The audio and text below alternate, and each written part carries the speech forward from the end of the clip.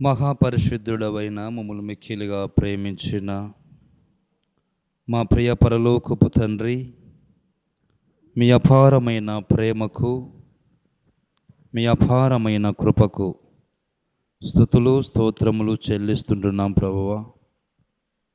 ఈ 2026 సంవత్సరంలో లెంటు మాసములో లెంటులోని 2వ ఆదివారంలో నీ పరిశుద్ధ దినమును ఆచరించటానికి, ఆరాధించటానికి నీవిచ్చిన కృపను బట్టి మీకు వందనాలు. మరొక సాయంకాల సమయవేళలో ఈ చిన్న మందిరంలో నీ మాటలను ధ్యానించుకొని చుండగా మాతో మాట్లాడమని ప్రార్థన చేస్తున్నాం. వినగల చెవిని, గ్రహింపగల మనసులను గ్రహించమని మీరు మాకు తోడుగా ఉండి ప్రభువా, మా నోటి మాటలను, మా హృదయ ధ్యానములందరికీ నీ దృష్టికి అంగీకారమయ్యే భాగ్యాన్ని దయచేయమని నిన్ను వేడుకొనుచూ ఉన్నాం. కూడి వచ్చిన ప్రతి కుటుంబాన్ని బిడ్డలు జ్ఞాపకం చేసుకోమని, నీవే మాతో మాట్లాడమని యేసు నామమున ఈ ప్రార్థన అడుగుచున్నాము తండ్రి, ఆమేన్. క్రీస్తునందు ప్రియమైనటువంటి దేవుని వారలారా, మరొకసారి సాయంకాల సమయవేళలో ఇటు అవకాశం చూడ దేవాది దేవునికి వందనాలు తెలియజేస్తూ, మరి ముఖ్యంగా అయ్యగారికి, అమ్మగారికి ప్రత్యేకమైన వందనాలు తెలియజేస్తూ, కూడి వచ్చిన మీకు అందరికీ ప్రభువైన యేసు క్రీస్తు నామమున శుభాభివందనాలు తెలియజేస్తూ ఉన్నాను. దేవుడిచ్చిన కృపను బట్టి, దేవుడిచ్చినటువంటి సమయాన్ని బట్టి, దేవుడిచ్చిన విలువైన జీవితాన్ని బట్టి మరొకసారి లెంటు కాల సమయంలో ఈ 2వ వారంలోకి మనము ప్రవేశించి ఉన్నాం. ఎందుకనగా ఈ లెంటు డేస్ అనేటివి చాలా ప్రత్యేకమైనవి. అంటే క్రీస్తు మన కొరకు శ్రమపడి తాను పొందిన దెబ్బల చేత మనకు స్వస్థత కలుగుచున్నదని, ఎన్నో రోజుల నుంచి, ఎన్నో సంవత్సరాల నుంచి ఆనాడు సంఘ పితరులు ఈ యొక్క నైసి అనేటువంటి ప్రాంతంలో ఐరేనిస్, అస్తనేస్ అనేటువంటి సంఘ పితరులు యేసుక్రీస్తు శ్రమలను జ్ఞాపకం చేసుకొని ఈ లెంటు డేస్ను ప్రారంభించడం జరిగింది. మరి ముఖ్యంగా ఈ లెంటు కాల సమయంలో మన హృదయాలను మనం పశ్చాత్తాపడుకునేటువంటి సమయం అన్నమాట. అంటే మనము మోళ్ళు చేసుకునేటువంటి మన హృదయాలను దేవుని దృష్టికి దగ్గర అవ్వడం అన్నమాట, పశ్చాత్తాపముతో. మళ్ళీ చదివినటువంటి లేఖన భాగంలో మీకు ఆల్రెడీ చదివినటువంటి సందేశమే, వినగలిగినటువంటి సందేశమే. కానీ ఈ ముఖ్యంగా ఈ గ్రంథాలు పరిశుద్ధుడైనటువంటి లూకా అన్యజనుడు, అన్యుడైనటువంటి వైద్యుడు. ఆయన 2 గ్రంథాలు రాయడం జరిగింది. ఒకటి లూకా సువార్త, 2 అపోస్తల కార్యముల గ్రంథము. ఆ రోమా సామ్రాజ్యంలో ఆ పరిస్థితుల్లో ఒక అన్యుడైనటువంటి లూకా, ఆయన గురించి ఉంటుంది. లూకా కులసి రాసిన పత్రిక 4వ అధ్యాయం 14వ వచనం ఉంటుంది. అంటే 4వ అధ్యాయం 14వ వచనంలో, అంటే ఆయన ఒకటి వైద్యుడు, అన్యుడైన వైద్యుడు, అనేక మంది గాయాలను కడుతూ, అనేక మంది వారిని, బాగలేని వారిని వరకు ఆయన వైద్యం చేయడం మనము చూస్తాం. మరి ముఖ్యంగా ఈ యొక్క చదివిన లేఖన భాగంలో యేసుక్రీస్తును ఒక ధర్మశాస్త్రోపదేశకుడు అడుగుచున్నాడు, ప్రభువా, నేను నిత్య జీవనకు వారసులకు నేనేమి చేయవలనని అడుగుచున్నాడు యేసుక్రీస్తును. ఈ యొక్క సందర్భంలో, ఈ యొక్క వచనంలో ఒక అంశం ఏమిటంటే, నిన్ను వలె నీ పొరుగువాన్ని ప్రేమించుట. పొరుగువాన్ని ప్రేమించాలంటే చాలా కష్టమైన పని కదా. చాలామంది సమాజంలో డబ్బున్న వాళ్ళనే ప్రేమిస్తారు, బాగా చదువుకున్న వాళ్ళనే ప్రేమిస్తారు కదా, మంచి వస్త్రము కట్టుకున్న వాళ్ళనే ప్రేమిస్తారు. అందుకోసం క్రీస్తు ఒక మాట అంటాడు తన శిష్యులతో, ఏమంటాడంటే, మిమ్మల్ని ప్రేమించిన వారిని ప్రేమిస్తే ఏంటి లాభం ఉంటాడు. అందుకోసమే చదవడి లేఖన భాగంలో ధర్మశాస్త్రోపదేశకుడు ఏమని చెప్తున్నాడంటే, ఆయనకు, బోధకుడా, నిత్యజీవనకు వారసులకు నేనేమి చేయవలనని ఆయన అదే పని శోధిస్తూ ఉన్నాడు. శోధించుచూ అడుగుచున్నాడు. ఆ ధర్మశాస్త్రోపదేశకుడు పాత నిబంధన గ్రంథాన్ని ధర్మశాస్త్రం ఆచరిస్తూ, పాటిస్తూ, ప్రతిదినం ప్రార్థనకు వస్తూ, ఏదైనటువంటి చెల్లింపులు చెల్లిస్తూ, పన్ను చెల్లిస్తూ, అన్నీ చెల్లిస్తున్నటువంటి ఆయనకు ఒక ఆలోచన వచ్చింది. ఇవన్నీ చేస్తున్నాను కదా ప్రభువా, మరి నీ నిత్య జీవం పోవడానికి నాకు ఆస్కారం ఏమని యేసుక్రీస్తును ధర్మశాస్త్రోపదేశకుడు అడుగుతున్నాడు. అందుకు ఆయన ఏమంటాడంటే, యేసుక్రీస్తు ధర్మశాస్త్రం మీద ఏమి రాయబడి ఉన్నది, నీవేమి చదువుచున్నావని అతన్ని అడుగగా, అతడు నీ దేవుడైన ప్రభువును నీ పూర్ణ హృదయముతోనూ, నీ పూర్ణ మనసుతోనూ, నీ పూర్ణ శక్తితోనూ, నీ పూర్ణ వివేకంతోనూ ప్రేమింపులనయు, నిన్ను వలె నీ పొరుగు వాణ్ణి ప్రేమింపులనయు రాయబడి ఉన్నదని చెప్పాను కదా. అందుకోసమే యాకోబు రాసిన పత్రిక 1వ అధ్యాయం మనం చూస్తాం కదా. నాకు విశ్వాసం ఉన్నది, నీ క్రియలు లేవు ఉంటాడు. నా క్రియలు ఉన్నవి, విశ్వాసం లేదు అంటాడు. చివరికి ఏమంటాడంటే, క్రియలు లేని విశ్వాసమును మృతము అంటాడు. అందుకోసం యాకోబు రాసిన పత్రికలో క్రియలు ఉండాలి, విశ్వాసం ఉండాలి. రెండు ఉంటేనే దేవుని దృష్టికి మనము ఇష్టమైన వారుగా మనము దైవలేఖనం చెబుతుంది. అందుకోసమే ఆ ధర్మశాస్త్రోపదేశకుడు యేసుక్రీస్తుని చెప్తున్నాడు, నీ పూర్వోదయంతో ప్రేమించాలి, నిన్ను వలె నీ పొరుగువాడిని ప్రేమించవలనేటువంటి మాటను ఆ ధర్మశాస్త్రోపదేశకుడు చెబుతూ ఉన్నాడు. అందుకోసమే యేసుక్రీస్తు ఒక ఉపమానం చెప్తున్నాడు. ఏమంటున్నాడంటే 28వ వచనం చూసుకున్నట్లయితే, అందుకాయన నీవు సరిగా ఉత్తరం ఇచ్చితివి, అలాగూ చేయము, అప్పుడు జీవించేదవని అతనితో చెప్పాను. అయితే తాను నీతిమంతుడైనట్టు కనబడకను కోరి అతడు అవును కానీ నా పొరుగు వాడేవాడని యేసును అడిగాను కదా. ఆయన ధర్మశాస్త్రాన్ని పాటిస్తూ దేవుని యందు భయభక్తులు జీవిస్తూ ఉన్నప్పటికీ క్రీస్తు ఆ ధర్మశాస్త్రోపదేశం చెబుతూ ఉన్నాడు, నిన్ను వలె నీ పొరుగువాన్ని ప్రేమించుము. ప్రేమిస్తున్నప్పుడు ఆయన ఉపమానం చెప్తున్నాడు. ఆ ఉపమానం ఏమిటంటే మీకు తెలిసే ఉంటుంది. అందుకు యేసు ఇట్లా, నేను ఒక మనుషుడు యెరూషలేము నుండి యెరికో పట్టణమునకు దిగి వెళ్ళుచు దొంగల చేతిలో చిక్కినాడు. చిక్కిన తర్వాత వారు అతని బట్టలు దోచుకొని అతని కొట్టి కొరప్రాణంతో విడిచిపోయేది కదా. యెరూషలేము అంటే ఒక దైవ పవిత్రమైన స్థలము. ఇప్పుడు ఈనాడు మనం కొన్ని గుళ్ళకు కానీ చర్చెస్ కానీ మనం మొక్కుకుంటాం. కాబట్టి ఆనాడు కూడా ఆయన యెరూషలేము మందిరాన్ని దర్శించుకొని యెరికో పట్టణానికి ప్రయాణమైపోవచ్చున్నాడు. ప్రయాణమైపోవచ్చు దొంగల చేతిలో చిక్కుకొని అతని కొరప్రాణంతో కొట్టినటువంటి ఆళ్ళు ఇడిచిపెట్టి కొరప్రాణంతో ఉన్నాడు ఆయన. అందుకోసం యేసుక్రీస్తు ఆ ఉపమానం చెప్తున్నాడు. ఏమని చెప్తున్నాడు ఆ ధర్మశాస్త్ర ఉపదేశకుడు అంటే, ఆ కొరప్రాణంతో ఉన్నటువంటి ఆయన్ను ఫస్ట్ ఎవరు వచ్చారండి? యాజకుడు వచ్చినాడు. అతను చూసి యాజకుడు ఏం చేసినాడు? వెరీ గుడ్, పక్కగా పోయినాడు. ఎందుకు పోయినాడు పక్కకు? ఎందుకు పోయినాడంటే, అక్కడ యెరూషలేములో అనేక మంది విశ్వాసులు మందిరానికి వచ్చి ఉన్నారు. మందిరంలో ప్రార్థన చేయాలని యాజకుడు కాబట్టి ఈయనను పట్టించుకుంటే అక్కడ ఉన్న భక్తులు విశ్వాసులు అక్కడ సమయం వేస్ట్ అయిపోతుందేమని అతడు ఆ యాజకుడు అతను చూసి పక్కగా పోయినాడు. తర్వాత ఒక లేవీయుడు వచ్చినాడు. లేవీయుడు కూడా అతను చూసి ఏం చేసినాడు? పక్కగా పోయినాడు. ఎందుకు ఆయన కూడా పక్కగా పోయినాడంటే, లేవీయులు ఏం చేసేవాళ్ళంటే వాళ్ళు వధించేవాళ్ళు. ఆ యెరూషలేము పట్టణంలో అనేక మంది విశ్వాసులు భక్తులు అనేక మంది తెచ్చినటువంటి అర్పణలు వాళ్ళు పొద్దున్న 4 గంటల నుంచి కొయ్యాలి, వాళ్ళు వధించాలి. వాళ్ళు లేవీయులు మాత్రమే వాళ్ళు వధించాలి. ఈనాడు ముస్లిమ్స్ కదా, హైందవులు, వాళ్ళతోనే మనం వధిస్తాం కదా, ఏం చేసిన కోళ్ళైనా గొర్రెలైనా. అంటే లేవీయులు కూడా ఆ యెరూషలేము మందిరంలో అక్కడ ఉన్నటువంటి తెచ్చినటువంటి అర్పణలను వాళ్ళు కొయ్యాలి. కాబట్టి అందుకోసం లేవీయుడు కూడా ఈయన పట్టించుకుంటే నా సమయం వృధా అవుతున్నదని ఆయనను చూసి ప్రక్కగా పోయినాడు. కానీ ఒక మంచి సమరయుడు కదా. సమరయుడు అంటే సమరయులకు సాంగత్యం లేదు, అంటే యూదులకు బానిసలు వాళ్ళు సమరయులు. అందుకోసమే యేసుక్రీస్తు ఆ సమరయుని తీసుకొని వచ్చినాడు. ఆగున్న కాలంలో అప్పుడున్న పరిస్థితుల్లో ఆ సమస్యలు ఉన్నటువంటి అనేక మంది మతాలు ఉన్నటువంటి సమరయులు వాళ్ళందరూ ఉన్నప్పటికీ పడరానిటువంటి కులాలు మతాలు కలిగినటువంటి ఆ పరిస్థితుల్లో యేసుక్రీస్తు సమరయుని తీసుకోవడం జరిగింది.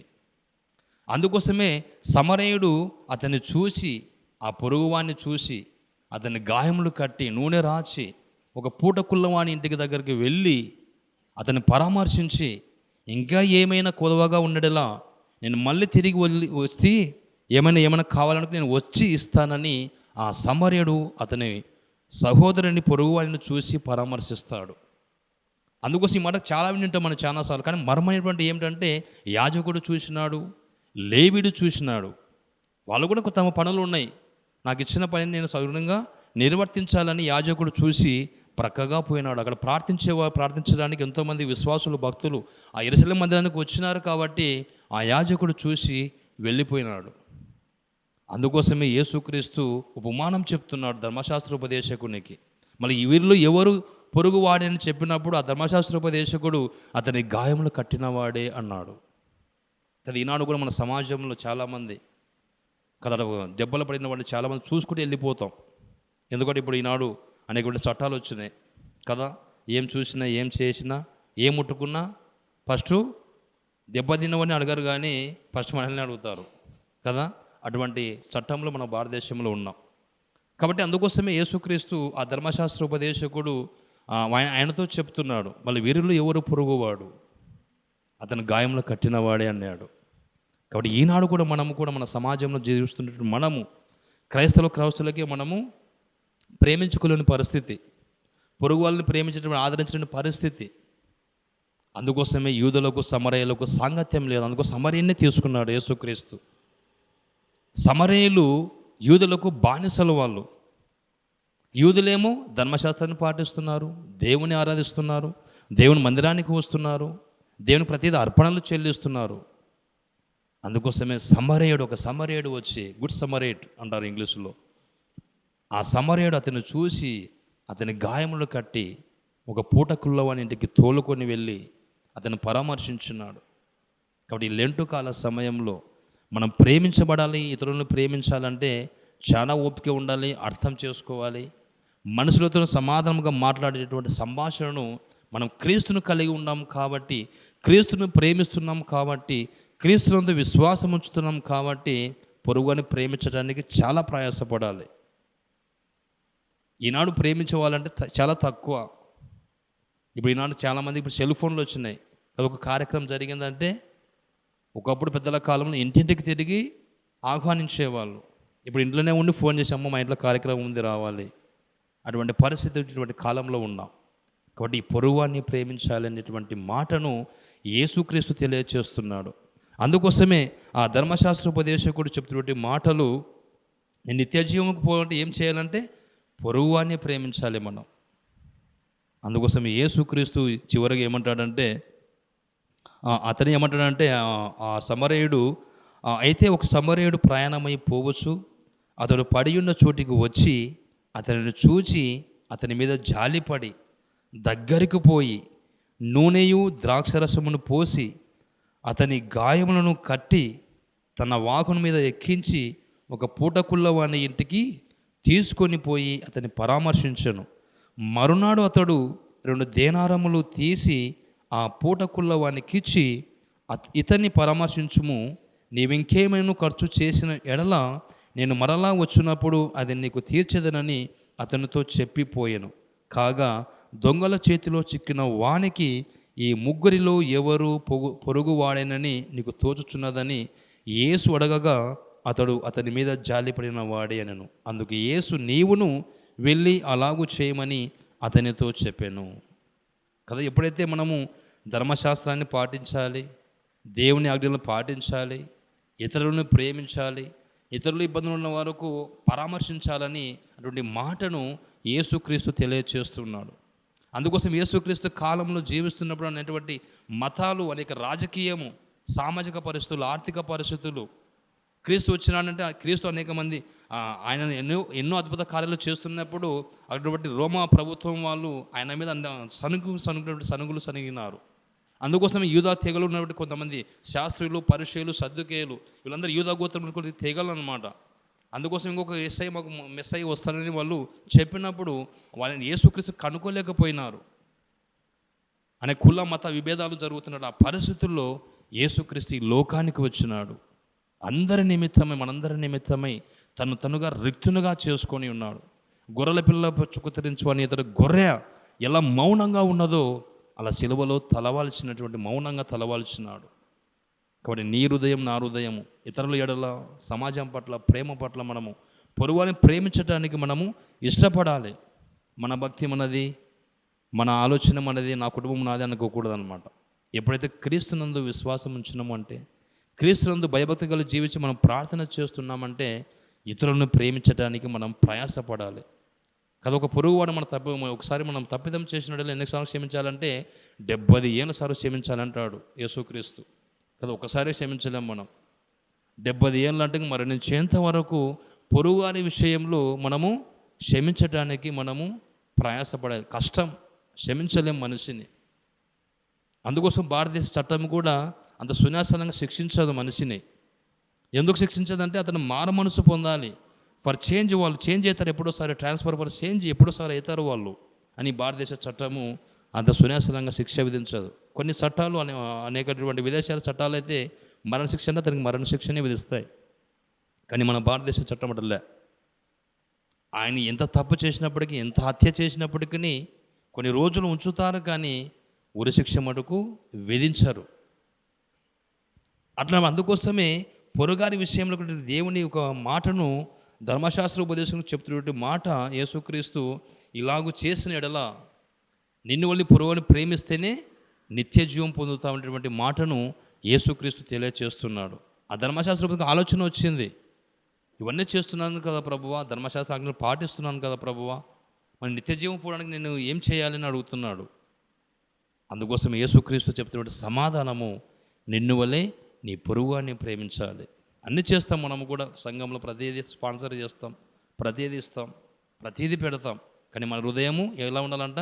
నిష్కపటిన హృదయంతో మనం చేయాలి. ఏ పని చేసినా, ఏ క్రియ చేసినా విశ్వాసంతో చేయాలి. ఈ విశ్వాసం 10 మందికి ఉపయోగపడుతున్నటువంటి మాటను మనం ఆలోచన చేసుకొని చేయాలి. అందుకోసం యాకోబు రాసిన పత్రికలో క్లారిటీగా ఆ వచనం మనం చూస్తాం. క్రియలు లేని విశ్వాసం మృతము ఉంటాడు. క్రియలు ఉండాలి, విశ్వాసం ఉండాలి. మనం చక్కగా పాటలు పాడుతున్నామని అనుకోకూడదు, పాటతో సహా క్రియలు కూడా ఉండాలి. మనం పాటలు పాడుతున్నాం అనుకోకూడదు, విశ్వాసం ఉండాలి, విశ్వాసం ఉండాలి, క్రియలు ఉండాలి. రెండు ఉంటేనే సమాధానముగా మన కుటుంబాలకు, మన జీవితాలకు ఆశీర్వాదకరం. అప్పుడు దేవుని దగ్గరగా మనం జీవిస్తామని అర్థం. కాబట్టి ఈ లెంటు కాల సమయంలో, ఈ సాయంకాల సమయంలో మనం ఎంతవరకు మనం పొరుగువారిని ప్రేమించడానికి మనం బద్ధులమై ఉంటున్నాము. కాబట్టి ఆనాడు యేసుక్రీస్తు అందరినీ ప్రేమించినాడు. ఎటువంటి కులము, మతము, విభేదాలు చూడకుండా ఆ ధర్మశాస్త్ర ఉపవానం చెబుతూ తనుగా రిక్తునిగా చేసుకున్నాడు. కాబట్టి మన జీవితంలో కూడా బ్రతుకున్నాళ్ళు విశ్వాసం చేత, క్రియల చేత అందరిని ప్రేమించడానికి మనము బద్ధులమై ఉండాలి. అందుకోసమే ఈ సువార్త, లూకా సువార్త వైద్యుడు లూకా, ఆయన అన్యుడే, క్రీస్తు ఎరగని వాడే. కానీ క్రీస్తు మాటలను, శిష్యుల మాటలను గ్రహించుకొని ఆయన శిలువ శ్రమలను ధ్యానం చేసుకొని ఈ క్రీస్తు శక మొదటి శతాబ్దంలో రాసినటువంటి మాటలు లూకా సువార్తికుడు రాస్తున్నటువంటి మాటలు. కాబట్టి క్రీస్తునందు ప్రేమైనటువంటి దేవుని వరలారా, ఈ లెంటు కాల సమయంలో ఈ 40 దినములు మాత్రమే కాక అనుదినం, ప్రతిదినం మనం స్మరణ చేసుకోవాలి, ప్రార్థన చేసుకోవాలి.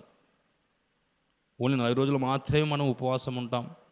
40 రోజులు మంచిదే, కానీ 40 రోజులు అయిపోయిన తర్వాత కూడా ఆ విశ్వాసాన్ని కొనసాగించాలి. మనం ఏదో మన కోసం శ్రమలు పొందినాడు యేసుక్రీస్తు, 40 రోజులు బాగా నిష్టంగా పోవాలి, నిష్టంగా మాంసం తినకూడదని చాలామంది అనుకుంటాం. ఆ వల్ల కోరికలు అన్నమాట. ఎప్పుడైతే మన హృదయము ప్రతిరోజు మార్పు చెందుతున్నదంటే మనం దేవునికి దగ్గర సమీపస్థలమై ఉంటుంటాము. ఈ 40 రోజులు మాత్రమే కాదు, అనుదినము దేవుడు మనకి కాచి కాపాడుతున్న దేవాది దేవునికి మనము ప్రతి విషయంలో దేవునికి కృతజ్ఞతలు చెల్లించాలి. అందుకోసమే ఆ ధర్మశాస్త్ర ఉపదేశానికి చెప్తున్నటువంటి మాటలు, నిన్ను వల్లే నీ పొరుగువాన్ని ప్రేమించాలి. కాబట్టి ఈనాడు కూడా మనం ప్రేమించడానికి బద్ధులమవుతాం. దేవుని యందు విశ్వాసం ఉంచి, దేవుని యందు క్రియలు, మంచి క్రియలు చేయాలనే ఆశతో దేవుడి కొద్ది మాటలు దీవించి ఆశీర్వదించునుగాక. ఆమేన్. ప్రార్థన చేసుకుందాం. మహాపరిశుద్ధుడా, మీకు స్తోత్రాలయ్యా. ఇంతవరకు మాతో మాట్లాడిన గొప్ప దేవ, మీకు వందనాలు. ఇదిగా నాడు ధర్మశాస్త్రోపదేశకుని యందు వచ్చి నిత్య జీవం పోవడానికి, వారసవడానికి ఏం కావాలని నేను అడిగినప్పుడు ఉపమానం చెబుతూనైనా ఆ యాజకుడు, లేవీయుడు చూచి పక్కగా వెళ్ళిపోయినారు. కానీ సమరయుడు ఆ పొరుగువాన్ని చూచి ముట్టి, గాయమును కట్టి, నూనె పూసి, నేను ఒక పుట్టకుల్ల వంటికి తీసుకుని వెళ్ళి బాగుపరచున్న, పరామర్శించిన విధానం బట్టి మీకు వందనాలు. ఇక మేము కూడా అలాంటి పరిస్థితుల్లో ఉన్నప్పటికీ అలాంటి వారి సిచ్యువేషన్ ఉన్నప్పటికీ నేను ఆదరించడానికి, పరామర్శించడానికి నీ కృపా నీ తోడు అనుగ్రహించమని యేసు నామమున ఈ ప్రార్థన అడుగుచున్నాము తండ్రి. ఆమేన్.